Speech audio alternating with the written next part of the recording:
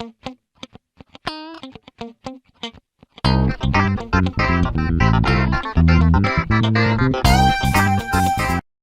¿qué tal? Buenas tardes a todos y a todas, ¿cómo están? Un gusto saludarlos. Les doy la bienvenida a esta masterclass Empleado Rural. Hoy tenemos la primera parte a cargo del doctor Walter Ney Bullier. La segunda es el 10 de mayo a cargo del doctor Horacio Acuña. Bueno, antes de darles estas indicativas, les leo el currículum del doctor. Abogado, con juez de la Cámara Federal de Salta y jurado del Consejo Nacional de la Magistratura, docente de grado y de posgrado en distintas universidades, ex secretario de Estado de Seguridad Social y fiscal de Estado de la provincia de Salta, convencional constituyente de Salta, presidente de Comisión de Derechos Sociales, presidente de Asociación Argentina de Derecho del Trabajo y Seguridad Social de filial Salta. Tiene conferencias dictadas en universidades de París, París de Salamanca, de Sevilla, de Valencia, Complutense de Madrid, Alcalá de Henares, Universidad de Quebec, Los Ángeles, en la sede OIT, en Ginebra, etc. Más de 300 disertaciones en Argentina. Participó en congresos en Madrid, Barcelona, París, Tokio, Seúl, etc. Tiene más de 900 artículos publicados y colaboraciones en diversos tratados. Premio Nacional Periodismo ADEPA 2012 y 2014, categoría Abogacía Argentina. Bueno, antes de darle la palabra al doctor, ustedes ya saben que siempre dejamos que la exposición transcurra toda y al final brindamos un espacio de preguntas mediante el chat. Estamos en Facebook Live transmitiendo también, así que los que nos ven en esa plataforma, primero los saludo, y segundo les digo que si quieren hacer una pregunta, también que hagan un comentario en la publicación y yo se la paso. Así que ahora sí, Walter, ya puedes hablar. Bueno, muchas gracias. ¿Suena bien el audio? Sí, sí, perfecto. Puedo decirme cuándo Perfecto. pantalla. Bueno, damos comienzo directamente porque en realidad es bastante escaso el tiempo para desarrollar un tema tan amplio como es el del trabajo rural. Por eso hemos dividido con el doctor Acuña esta parte que inicialmente es más conceptual y con alguna referencia histórica. Luego de Microsoft, de Microjuris me han pedido que no me extienda tanto en la parte histórica, debe ser porque saben que me gusta demasiado, y porque el breve tiempo quizá haga preferible que destaquemos aspectos prácticos de la materia. Pero me van a perdonar la parte histórica, no la vamos a saltear, solamente vamos a enumerar lo que les va a quedar en el PowerPoint, que es mucho más extenso de lo que será la exposición oral. Vamos a pasar a la otra filmina, en donde la idea es afinar algunos conceptos que a veces damos por sabidos, pero que se confunden con frecuencia en esta materia.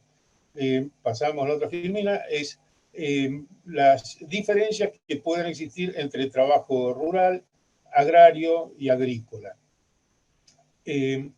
Vamos a ver en la siguiente filmina que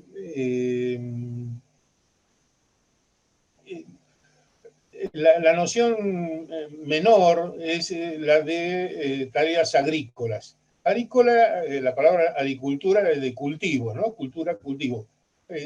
Quiere decir que se limita a lo que es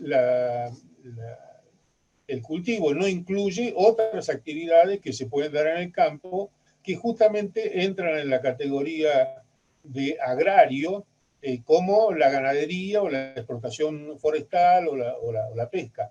Esto ya nos da el concepto más amplio de trabajo agrario. Y luego el concepto omnicomprensivo de todo lo que ocurre en el campo, fuera del ámbito urbano, la palabra rural, nos da cualquier tipo de actividad como la minería, artesanías, los servicios secundarios y terciarios que pertenecen entonces a esa amplia categoría.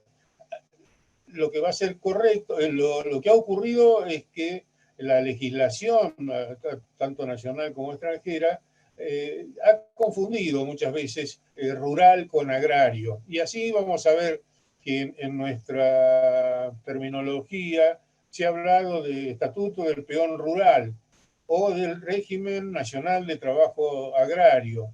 Parecería que lo más correcto, lo más acertado es hablar de régimen de trabajo agrario, porque es el que, si bien no abarca tareas como la pesca o la caza, es fundamentalmente las dos grandes actividades que son la agricultura y la ganadería. Seguimos con otra filmina. El trabajo rural, acá he puesto que no tiene quien le escriba, eh, han sido los eternos excluidos. Eh, a lo largo, ya lo vamos a ver en el breve raconto histórico, a lo largo de la historia, siempre que se han acordado de los trabajadores rurales es para excluirlos. De hecho, así ocurrió en nuestro país en materia legislativa hasta llamémosle, reciente sanción del nuevo régimen de trabajo agrario, que es del año 2011. Ya no es tan reciente, tiene sus 10 años, pero en contabilizar tiempos es un breve lapso. Hasta entonces hemos visto, y ya lo vamos a ver, que la legislación no se ocupó específicamente del trabajador rural. Lo que es notable, o quizá no tanto, es que ni la doctrina ni la jurisprudencia que ustedes pueden buscar en Internet o en los anales legislativos o jurisprudenciales, van a ver que hay una absoluta carencia de referencias al trabajo agrario. Esto se da a pesar de que dos cosas, el trabajo agrario, de su importancia económica, sabemos que particularmente para nuestro país es agrario dependiente, que gran parte de la riqueza que produce nuestro país está en su aspecto principal en el trabajo agrario, y que la cantidad de trabajadores es uno de los colectivos más importantes que tenemos en materia de trabajo.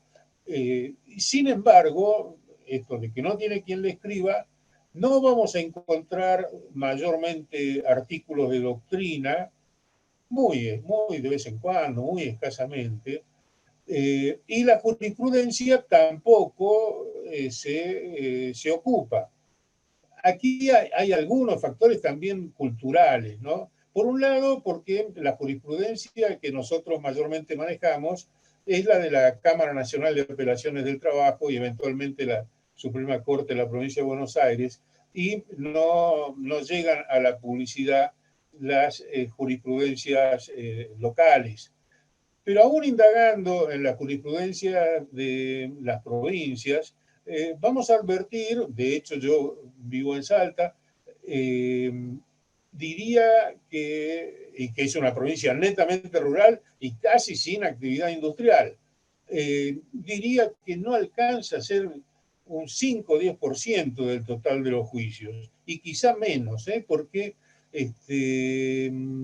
hay factores culturales que hacen que esto sería extenderse mucho, que el trabajador rural rehuya y no comprenda la litigiosidad, sobre todo en estas provincias que tienen reminiscencias feudales. Hay un gran respeto y temor reverencial hacia el patrón, y otros factores también, como son las comunicaciones. De esto se ocupó también uno de los pocos autores que escribió intensamente, y un gran amigo que se llamó Carlos Luparia, escribió un libro que se llamaba El grito de la tierra, y donde precisamente advertía uno de los factores de debilidad es que no existe sindicalismo agrario. actualmente sí existe, pero es un sindicalismo muy débil, no cuenta con los mismos elementos de cohesión que tiene el sindicalismo urbano. Entonces, vemos que es una temática que, aunque por su relevancia numérica y económica debería tener una gran relevancia, pasa ignorada para gran parte del mundo laboral. Seguimos con en la siguiente filmina menciono los poquísimos autores que han escrito, muchos han escrito de estos que están mencionados, inclusive antes de la ley anterior, que la ley anterior es del año 1980. Dijimos que esta ley, la nueva, es del año 2011. Prácticamente no hay nada escrito, y salvo algunos autores como Segú o Sirena, que sí han escrito en forma más contemporánea. Seguimos con la... Bueno, acá es la parte que tengo que decir muy rápidamente para dedicarle más a otros aspectos prácticos. Pero creo que no podemos dejar de mencionar, porque el trabajo agrario ya estaba contemplado hacia 1750 años antes de esto. En Asiria, el rey Hammurabi, si bien se dice que es el código o la norma escrita más antigua que se conoce, hay otro código anterior de una... Pero en el código Hammurabi son leyes muy cortitas, unas 270 leyes. En varias de ellas se establece el salario mínimo del trabajador rural, inclusive por especialidad, lo que le corresponde a lo que llaman vaqueros, que son los de ganado, los agrarios, y también distintas actividades, pero obviamente en esta época no existían ni vestigios de una industria. Entonces, la mayoría, y se establece el pago de remuneración de distintas formas, pagos anuales en algunos casos, en especies, con granos, básicamente, o si no, como ocurría luego también en el Antiguo Egipto, las pirámides fueron construidas por personas remuneradas, no fueron esclavos, y percibían como remuneración básica trigo y cerveza. La cerveza siempre fue un factor remunerativo de grandísima importancia en los primeros miles de años de la antigüedad, quizá porque tiene un alto valor nutritivo también.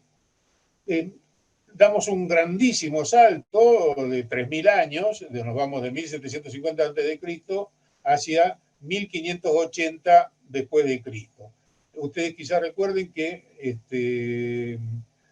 Isabel la Católica muere en el año 1504, y en su testamento encomienda el buen trato para los indios, y eso se va consolidando en una legislación que luego Federico II, en el año 1580, va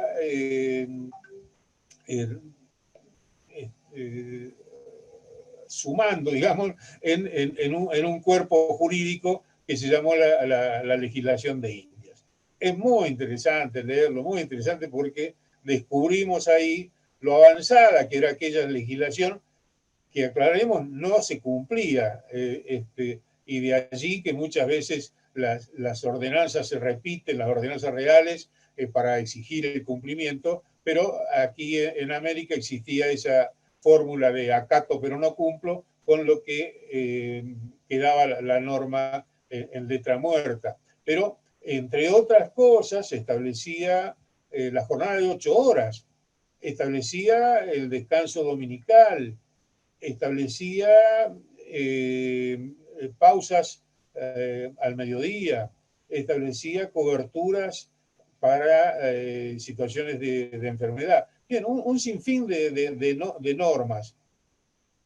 Damos otro salto, esta vez ahora de 200 años, el primer virrey del Río de la Plata. Ustedes saben que el virreinato el virreinato se establece en 1776, pero Ceballos llegó como con 300 barcos, con todo, tardó bastante en armar su equipo.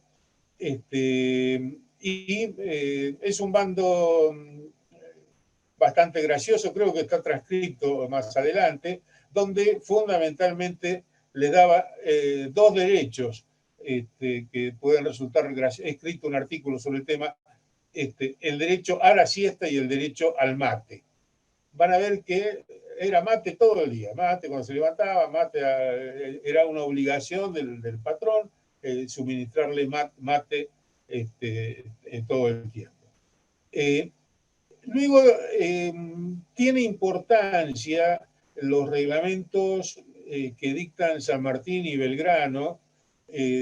San Martín, bueno, Belgrano en 1810, el mismo, ya en diciembre de 1810, dicta el reglamento para las misiones jesuíticas, o para el territorio de misiones, en las que básicamente establece que el pago de los salarios debe hacerse tabla en mano y en presencia del regidor o del alcalde, porque ya se daba ese fraude de hacerle reconocer un pago al trabajador que no se producía en los hechos.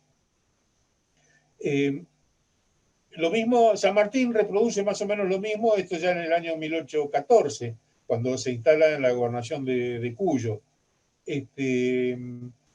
Lamentablemente los dos incluyeron una norma que después se convertiría en un martirio para los trabajadores rurales, porque era la exigencia del contrato escrito y el requerimiento que los trabajadores debían portar lo que se llamó una papeleta.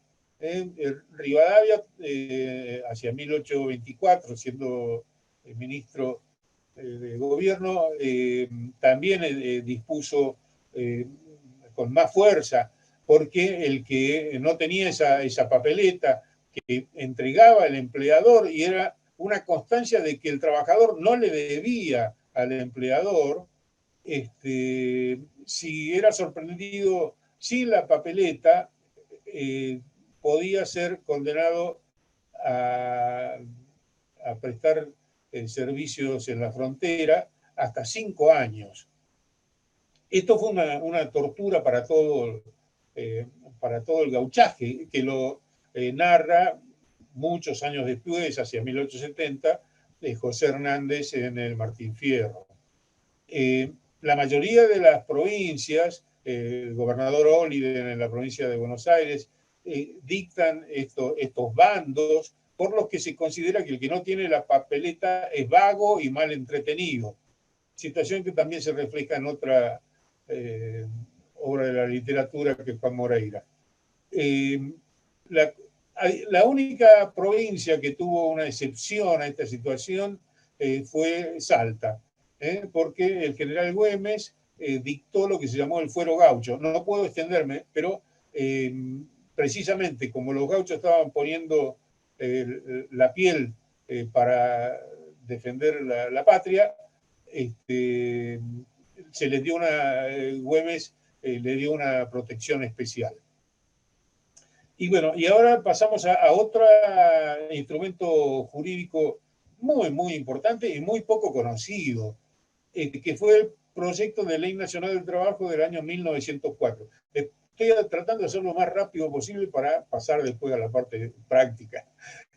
Pero el Proyecto Nacional de Ley del Trabajo es del año 1904, cuando gobernaba Julio Argentino Roca, el ministro del Interior era el riojano, importante hombre, Joaquín B. González, que arma un equipo formidable. Quizá no hubo un equipo intelectual de esa valía en ninguna otra etapa del país. Esto está muy emparentado con la generación del 80, pero para redactar una ley nacional del trabajo. Entre los que integraban esa comisión estaba Leopoldo Lugones, José Ingenieros, Carlos Malbrán, Juan Vialé Macé, del Valle Ibarrucea, Alfredo Palacios. bien, una playa de intelectuales, todos o casi todos opositores al gobierno, porque todos eran de tendencia socialista y sabemos que Roca pertenecía a la oligarquía, a los sectores conservadores. La cuestión es que preparan un instrumento jurídico formidable de 466 artículos con normas que aún hoy todavía no han podido ser superadas. Entre otras cosas, establece para el trabajador rural la jornada máxima de 10 horas, que no parecerá un gran progreso, pero fíjense que recién en el 2011 termina de anularse la jornada de sol a sol, es decir, durante 100 años los trabajadores no tuvieron límite de la jornada y ya lo había establecido ese Proyecto Nacional de Trabajo que establecía otra cantidad formidable de normas, le doy una al pasar, decía que las sentencias debían ser suficientemente claras para que la entendiera cualquier trabajador. Ahora que se habla del lenguaje claro y de todo esto, bueno, esto ya estaba en 1904 en el proyecto, que obviamente fracasó. El proyecto fue rechazado tanto por la Unión Industrial y la Sociedad Rural, que eran las representantes patronales, como por los propios gremios que entendían que en parte se les sacaban las banderas de lucha a los anarquistas y a los revolucionarios. Alfredo Palacio siguió insistiendo y logró que al año siguiente se dictara la primera ley del trabajo en nuestro país. Una ley de un solo artículo que simplemente decía queda prohibido el trabajo en día domingo. De aquellos 466 artículos del proyecto, un solo artículo logró que se prohibiera el trabajo en día domingo, y esto porque contó con el apoyo de la Iglesia, si no probablemente no hubiera salido. Todos deben saber que en la historia de la legislación laboral hay una ley que fue señera de tan solo 7 artículos. Fue la ley 11729 que modificó el Código de Comercio en solamente 7 artículos, del 154 al 161, pero sobre la base de la cual toda la jurisprudencia, los jueces, montaron un derecho pretoriano formidable, porque prácticamente cubrieron todo el espectro de requerimientos laborales. Pero ya vemos acá una exclusión expresa de los trabajadores rurales, porque la ley 11729 inicialmente estaba dirigida exclusivamente a los trabajadores de comercio. Ya dijimos que la primera ley fue la ley de la 4661 del año 1905, y la segunda y tercera ley, bueno, la segunda del trabajo de mujer, y la tercera, que es la ley 9688, que quizás ustedes hayan oído nombrar, porque fue la ley de accidentes de trabajo, que tuvo una vigencia de cerca de 70 años. Bueno, esa ley también excluía en forma expresa a los trabajadores rurales. Y así en todas las normas que se fueron dictando, fueron excluidos los trabajadores rurales. Inclusive la OIT, que ustedes saben que se funda en 1919, tiene una conducta inicial donde en sus primeros convenios, el número 1, el número 10, el número 11, incluye a los trabajadores, y el número 12 creo, incluye a los trabajadores rurales, y luego entra en un periodo donde sistemáticamente la propia OIT los excluye de los distintos beneficios y normas sobre las condiciones laborales que iba dictando para el total de los trabajadores. Por eso esta frase de que no tiene quien le escriba, el trabajador rural sistemáticamente era excluido de la legislación laboral. Ya hacia el año 1942, muchos creen que el principal antecedente o el primer antecedente de una legislación positiva fue durante el primer, no el gobierno de Perón, cuando Perón era secretario de Trabajo, en el año 44, con el Estatuto del Peón. Pero antes del Estatuto del Peón, en el año 42, se había dictado un estatuto de los conchavadores que precisamente regulaba las formas de contratación. El estatuto del peón, que se dictó, como les dije, en una fecha emblemática que es el 17 de octubre de 1944. Fue un poco, ¿cómo se dice? Previsorio. No. Bueno, me está faltando la palabra.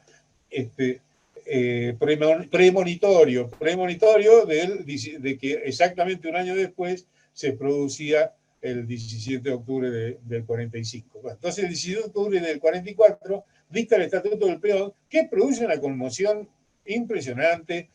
Todos los titulares de los diarios de la oligarquía sostenían que era la ley del vago. Hoy lo vemos al Estatuto del Peón y vemos que le daba unas poquísimas normas de protección.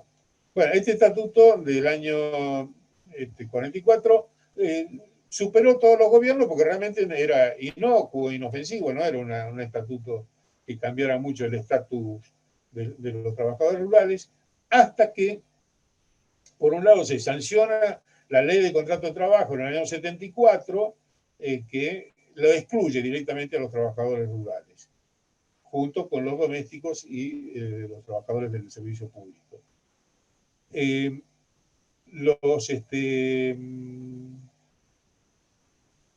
Con esta exclusión de la ley de contrato de trabajo, continúa, ustedes saben que la ley tiene una vigencia efímera en cierta forma porque se sanciona en octubre del 74, en marzo del 76 se produce el golpe de la dictadura militar y los militares resuelven dar una normativa completa sobre el trabajo agrario con la ley 22.248. Esta ley la dictan en abril de 1980 y en alguna de las filminas van a ver el comentario porque vamos a hacer, es la ley anterior a la que rige y nos da pie para hacer algunas comparaciones. Yo estoy buscando a ver si tengo acá, para ir, ya vamos pasando otras filminas, pasamos todas, nos detenemos un segundito en un dibujo que hay por ahí, en la filmina 15, que es para terminar con la parte histórica, porque esto es... yo tengo una colección de caras y caretas del año... de los años más o menos de 1898 y 1907, y encontré esta que me pareció realmente fantástica. No la alcanzan ustedes a ver, pero está con un cartelito ahí arriba en el sombrero que dice trabajo, está el trabajador, y en el cuello el señor prominente que dice capital. Y las cartas que tiene, están jugando al truco, los que conocen cómo se juega el truco, el capital tiene 6, 7 de oro y el as de espada. Y canta en vido. Eso dice la leyenda, en vido. Y el trabajador que dice quiero. Obviamente tiene la partida ganada porque tiene 33 de mano el capital y así ha ocurrido sistemáticamente. Esto es del año 1904. Bueno, seguimos con las filminas. Los proyectos, bueno, ha habido distintos proyectos de legislación laboral, algunos y la mayoría también, diría casi todos, excluyéndolos expresamente a los trabajadores rurales. Pero los 5 o 6 proyectos antes de la ley de contrato de trabajo en los que sistemáticamente se siguió excluyendo al trabajador rural. En la filmina 18, yo doy una caracterización, como para que no quepa duda, de cómo fue el régimen dictado por la dictadura militar. Realmente es muy difícil encontrar un ejemplo similar en el que el legislador, con una minuciosidad canalla, se ocupó de quitarle pequeños y grandes derechos a los trabajadores rurales. Ese régimen nacional de trabajo agrario de la ley 22.048 era realmente perverso, y lo resumo en la siguiente filmina, que era mezquino. Seguimos con ya para entrar a ver los aspectos prácticos o los aspectos concretos de la legislación que nos rige. Para ello vamos a hacer una comparación de la ley anterior con la ley vigente.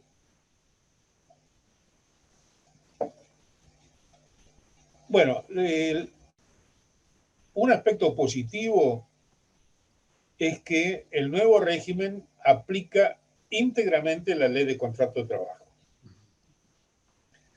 Esto tiene su contracara en que también es un aspecto negativo por la técnica legislativa que usó el legislador. Prefirió dictar un estatuto con cerca de 104 artículos, o más, 110 creo que tiene, siendo que lo más sencillo como técnica legislativa era decir que se aplicaba íntegramente la ley de contrato de trabajo, con algunas excepciones muy poquititas y con algunas particularidades que son unas cuantas. Es decir, lo que tendría que haber hecho, en vez de reproducir, a veces lo reproducen con una pequeña diferencia, muchas veces en beneficio del trabajador rural, pero lo que hace es establecer justamente otra diferencia entre trabajadores rurales y urbanos que a la altura de la sociedad de estos tiempos no merece un distinto tratamiento. Prácticamente aquellas razones que se invocaban para que el trabajador rural quedara alejado de la legislación básica laboral, hoy no rigen, porque se hablaba, por un lado, de las tradicionales relaciones del campo con su patrón. Es decir, esto desapareció, o queda relegado a muy pocos sectores, esas relaciones agrarias donde el patroncito estaba en contacto con los peones y demás. Ahora, digamos, aún en la pyme, muchas veces el trabajo o la dirección del trabajo no está en manos del propietario de la tierra. Hay muchas formas de subcontratación y demás. De tal forma que no existe esa tradicional armonía. Esta era la frase que usaba la ley 22.248, tradicional armonía de la gente de campo. Otro factor que se decía eran las comunicaciones, las dificultades y las distancias. Hoy las distancias y las comunicaciones han quedado muy relegadas. Fíjense ustedes que la resolución 11 del 2011 de la Comisión Nacional de Trabajo Agrario establece que el empleador tiene obligación, cuando hay grupos, creo, de más de 15 trabajadores, a suministrarles un celular.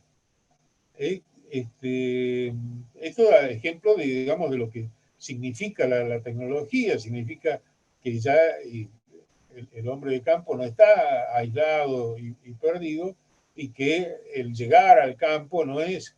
me comentaban hace poco de un campo familiar en Catamarca, que para llegar yo me acuerdo haber tenido que ir durante 12 horas a caballo, cruzando ríos, qué sé yo, y ahora llega la ruta. Esto ha cambiado sustancialmente. Entonces, y la otro argumento para darle distintas instituciones es el campo no espera.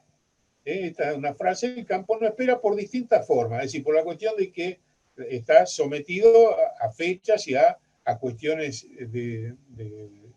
climáticas y demás que obligan a veces a que el trabajador tenga que trabajar en forma extraordinaria porque hay que levantar la cosecha o la siembra antes de determinado momento.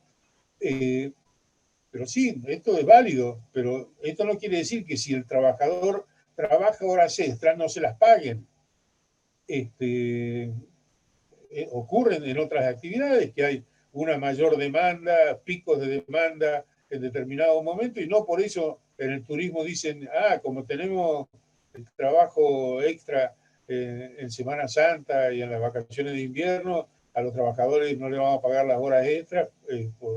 No, estos son riesgos propios de la actividad empresaria que deben ser asumidos, y no diciendo, bueno, la jornada es de sol a sol y tienen que terminar la tarea con esfuerzo, y si hace falta trabajar más, no, sí pueden trabajar más, pero esto se debe retribuir. No hay por qué establecer un régimen diferencial.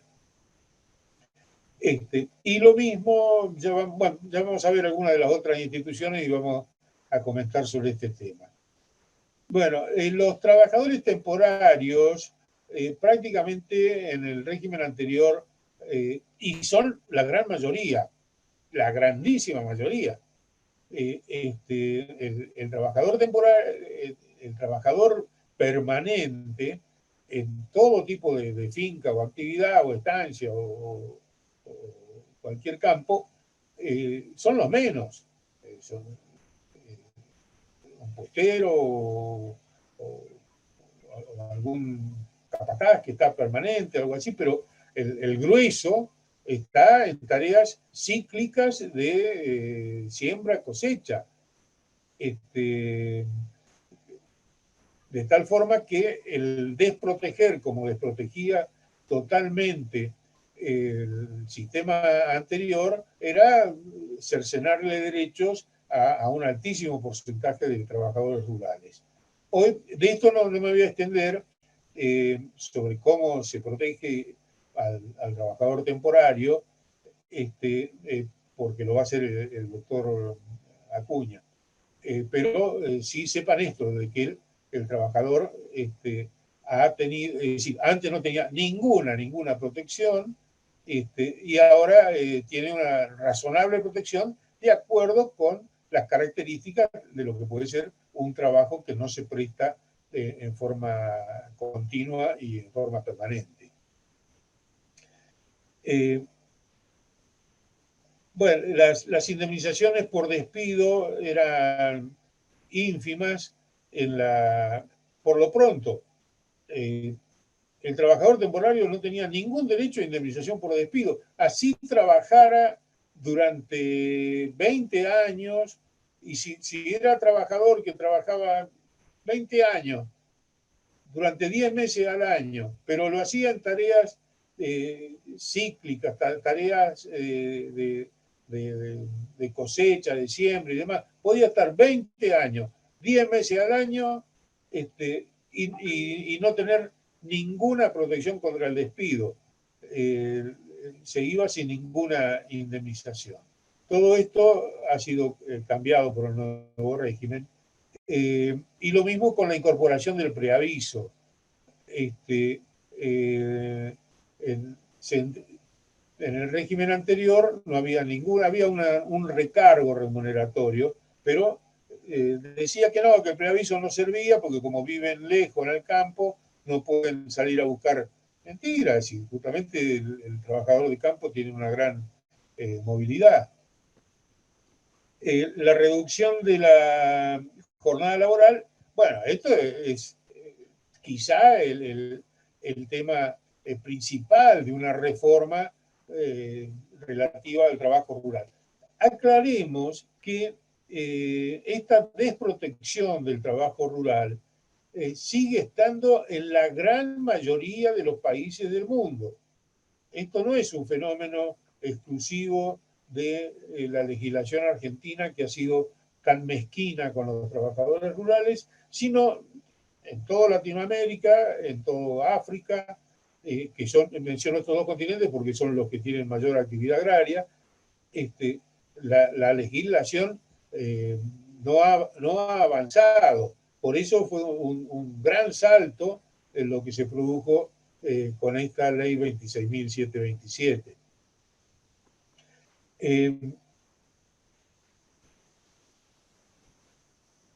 La prohibición de la intermediación en la contratación de trabajadores también es importante porque siempre fue un drama, sigue de alguna forma existiendo, el intermediario que llevaba como ganado a los trabajadores rurales para ir cumpliendo los contratistas que llevaban para las distintas etapas de la cosecha a 20, 30 o 100 trabajadores, alojándolos en forma precaria y con una alimentación insuficiente. El trabajo infantil siempre ha sido un problema en el trabajo rural. También acá existe algún problema cultural, porque es natural que, bueno, no me refiero a natural que sea normal o aceptable, sino que se dan las condiciones para que la familia del trabajador colabore, sobre todo en algunas actividades en que se paga a destajo. Por ejemplo, en la caña de azúcar. Y hay muchas actividades en las que se paga a destajo. En la zafra, el propio trabajador que vive por un lote perdido y que tiene que hacer la zafra de la caña, llama a la familia, a veces llama a otro que se llama pechero, que es el que lo acompaña para ir pelando caña, que no figura, el otro no existe, y la familia tampoco existe a los efectos laborales, y ahí se da esta intensificación del trabajo infantil, que también se da, aunque no esté protegido por el grupo familiar.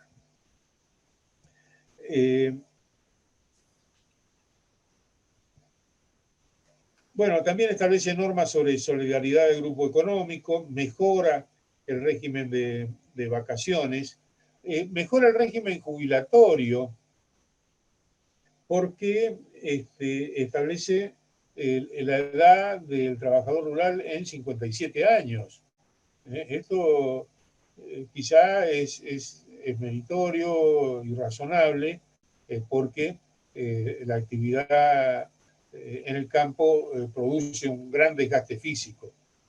Quizás, si se ve desde otro punto de vista, esa actividad, esa fuerte actividad física mejora las expectativas de vida, pero más que nada por los fenómenos de pobreza y demás, la expectativa de vida en el campo es menor que en la ciudad, y sobre todo por la falta de cobertura oportuna de parte de la salud pública y de la seguridad social.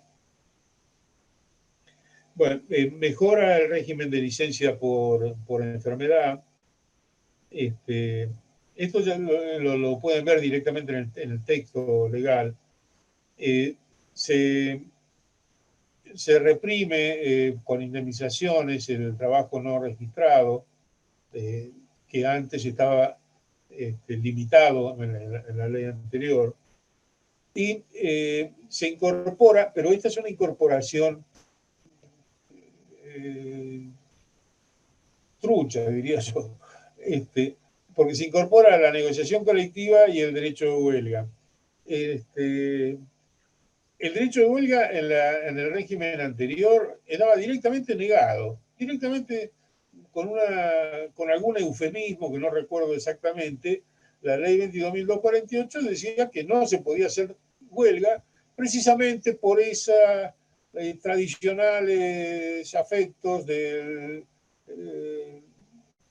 trabajo rural en el campo y las relaciones obrero-patronales, qué sé yo, decía que no podía haber huelga. Esto, de una u otra forma, no lo admitía.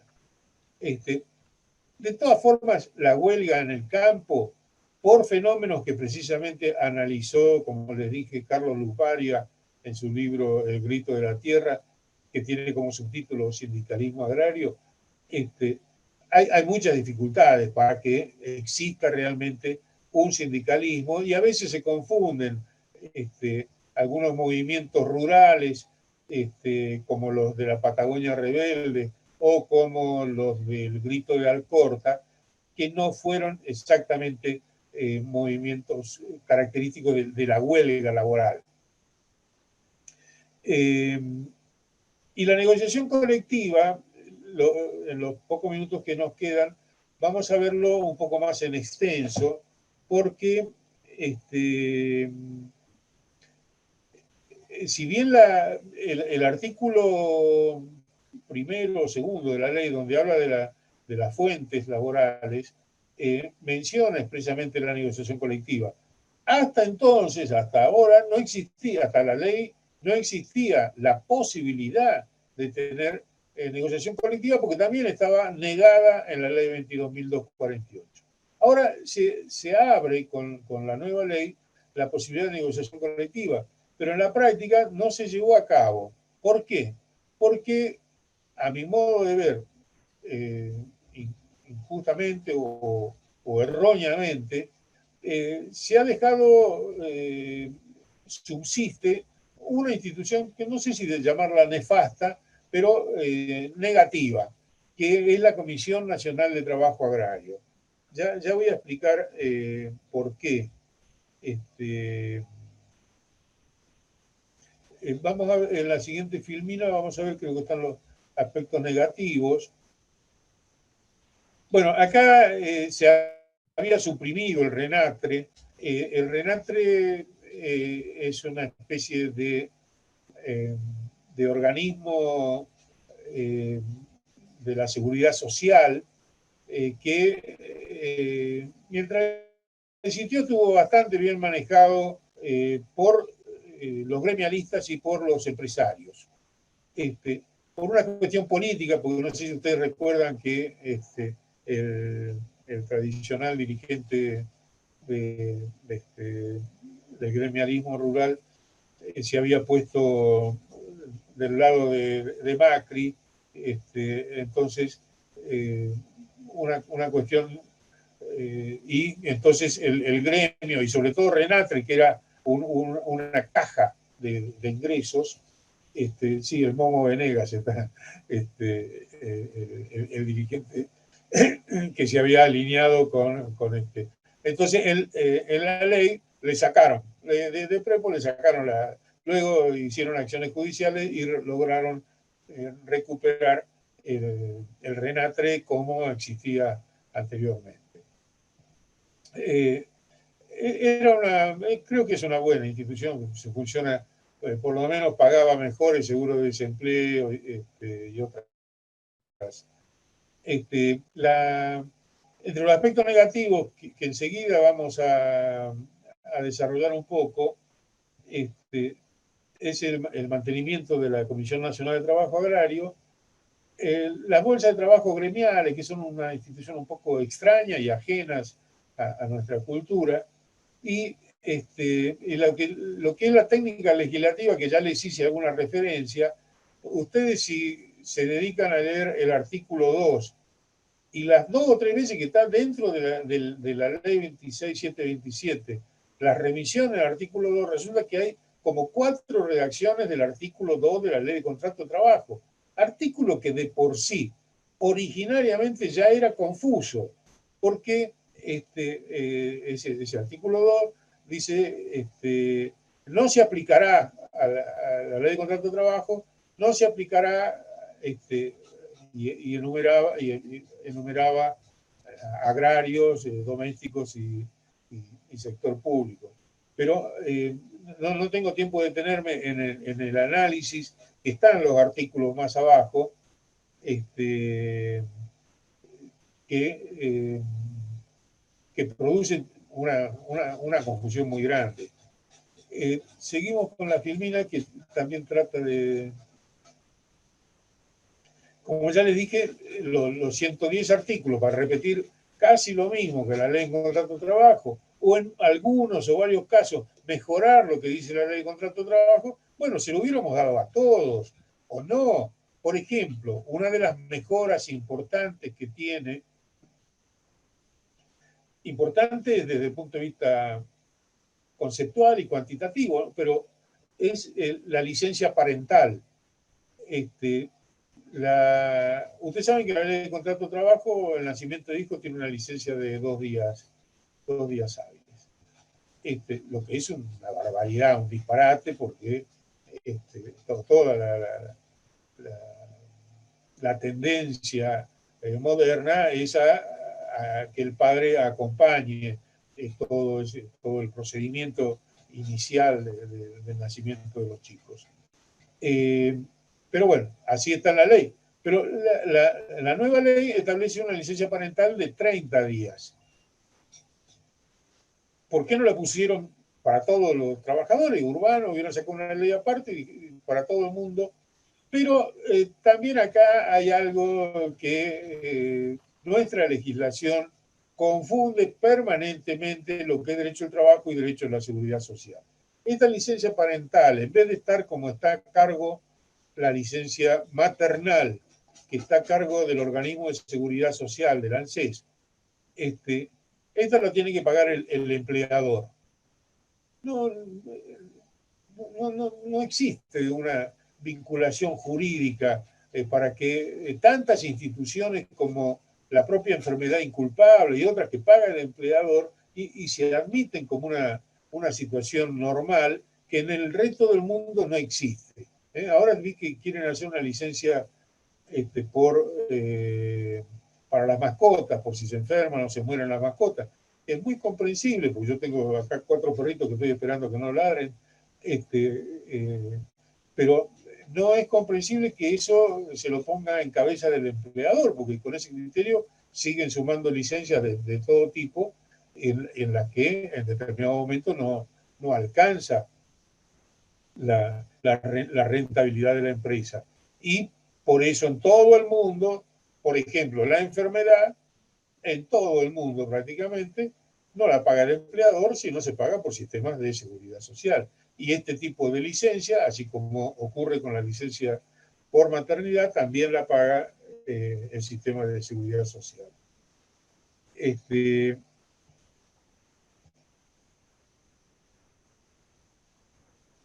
Bueno, yo creo que acá la clase es de 1 hora, ¿no es cierto?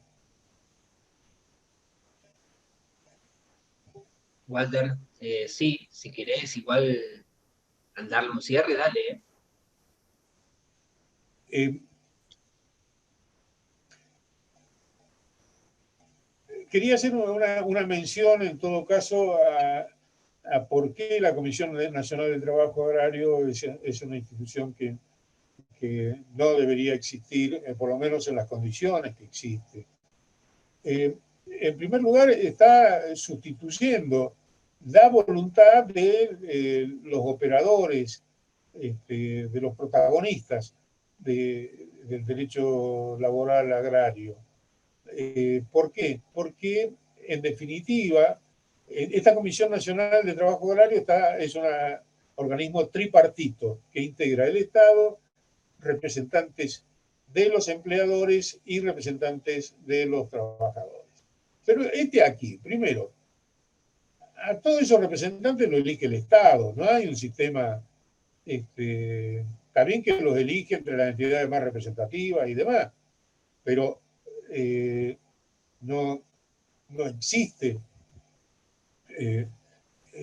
necesariamente que tanto la Cámara Gremial, el sindicato, como la Cámara Empresaria sean las más representativas. De hecho, del sector empresario, están enumeradas por acá, son 4 entidades: la Sociedad Rural, la Confederación Rural Argentina, la Confederación Intercooperativa Agropecuaria, CONINAGRO, y la Federación Agraria Argentina. Son 4 entidades que no representan en absoluto al interior del país, ni a las economías regionales. Ninguna de estas, porque la sociedad rural es netamente de la Pampa Húmeda, la Confederación Rural también, la sociedad rural más que nada de Buenos Aires, Confederación Rural es más que nada de la Pampa Húmeda, extendiéndola a Santa Fe, Córdoba y Entre Ríos. La Federación Agraria es netamente de Santa Fe, pero Mendoza, Río Negro, Salta, Tucumán, el Chaco, y cada una tiene sus productos de algodón, de vino, de aceite, de aceituna, de caña de azúcar, de tabaco, de verduras o hortalizas o frutas. No tiene ninguna representación.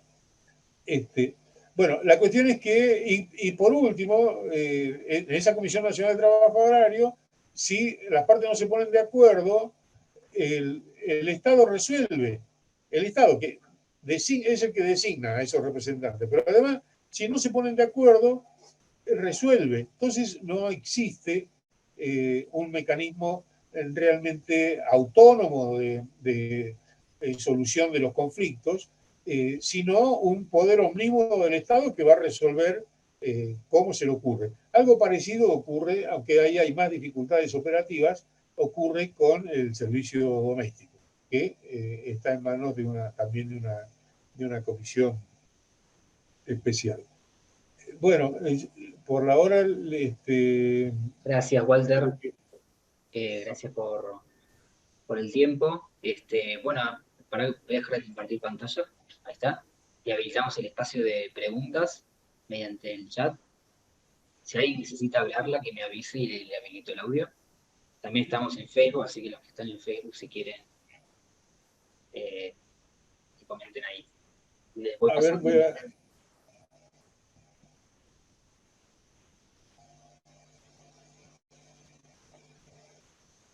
¿Estás viendo el chat, Walter? Sí, estoy viendo, sí. Ok. Yo voy pasando el link del certificado de asistencia y PowerPoint.